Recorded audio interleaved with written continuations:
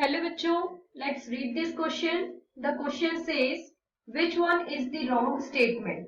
इस क्वेश्चन में बोला गया है कि इनमें से कौन सा स्टेटमेंट रॉन्ग है, ये हमें यहाँ बताना है। ठीक है, तो यहाँ पे अगर हम की कंसेप्ट की बात करें तो यहाँ अगर हम ऑप्शंस देखें तो ऑप्शंस में हमें क्या दिया हुआ है, de Broglie wavelength is given by lambda equals to h by mv, where m is mass of particle, v is group of velocity of the particle.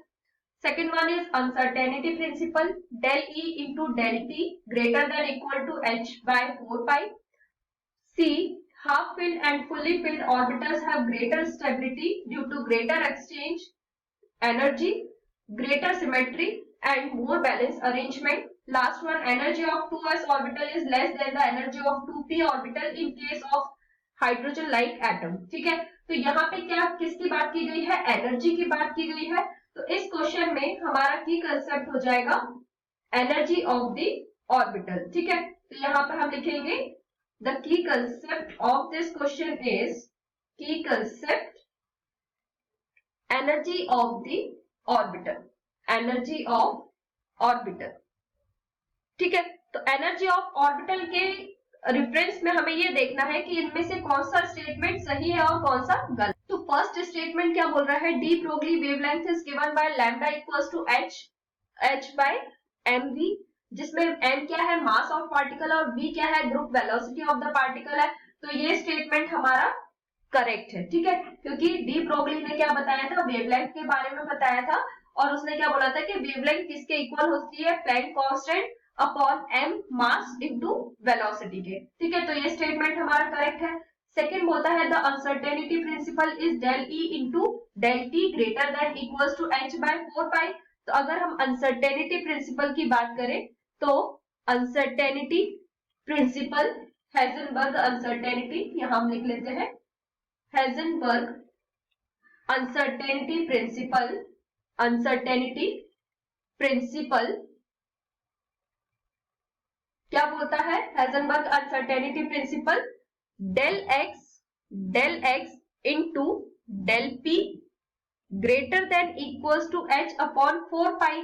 ठीक है, ये किसने बताया था, हेजनबर्ग ने बताया था अनसर्टेनिटी प्रिंसिपल के बारे में, जिसमें डेल एक्स क्या बताता है हमें, del X represent the uncertainty in position, uncertainty in position, and del p is uncertainty in momentum, uncertainty in momentum, in momentum,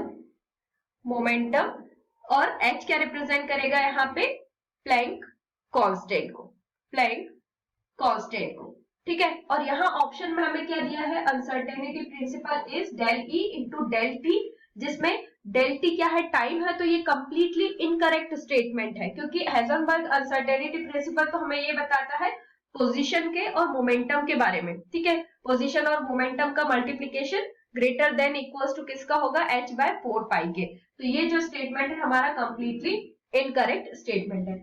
next आता है half filled and fully filled orbital have greater stability due to greater exchange energy, greater symmetry and more balance arrangement. ठीक है, तो जो third statement है उसमें बोला गया है कि जो हाफ फिल्ड और फुल्ली फिल्ड ऑर्बिटल होते हैं, ठीक है, दोनों ही क्या होते हैं, ज्यादा स्टेबल होते हैं, या तो हाफ फिल्ड हो या फुल्ली फिल्ड हो। ठीक है, फुल्ली फिल्ड अगर ये हमारा p ऑर्बिटल है तो p ऑर्बिटल फुल्ली फिल्ड कब होगा, जब तीनों ही ऑर्बिटल कंप्लीटली फिल्ड होंगे। ठीक है, तो ये होगा हमारा फुल्ली फिल्ड, फुल्ली फिल्ड, ये होगा हमारा half filled, half filled.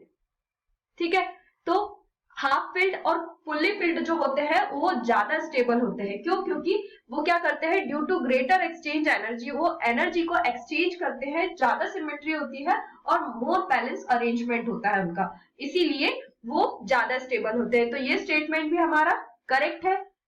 Next क्या है, the energy of 2s orbital is less than energy of 2p orbital in case of hydrogen like atom.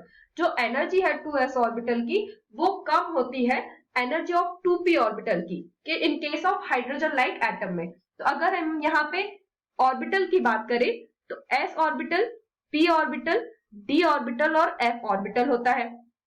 ठीक है, तो सबसे ज्यादा एनर्जी किस में होती है, एफ ऑर्बिटल में होती है, और सबसे कम एनर्जी किस में होती है, एस ऑर्बिटल में होती है। ठीक है, अगर हम अरेंजमेंट देखें तो इसका अरेंजमेंट कुछ इस तरीके से होता है, सबसे कम एनर्जी किस में होगी, इसका हम करेक्ट करते हैं, एस, पी, डी और एफ में। तो ये हमारा एरो इस तरीके से होगा, सबसे कम होगी एस में, फिर पी में, फिर डी में, और सबसे ज्यादा होगी एफ में। ठीक है, तो यहां बोला है कि energy of 2s orbital is less than energy of 2p orbital. जो 2s ऑर्बिटल की जो एनर्जी है वो क्या होगी, कम होगी as compare to the 2p orbital में, जिसमें हाइड्रोजन एटम के केस में।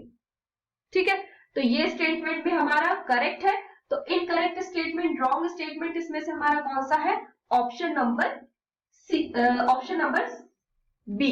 ठीक है, तो यहां हम आंसर क्या लिखेंगे, option number B is wrong statement. So this is the correct explanation of this question. Hope you understood it well. Best of you.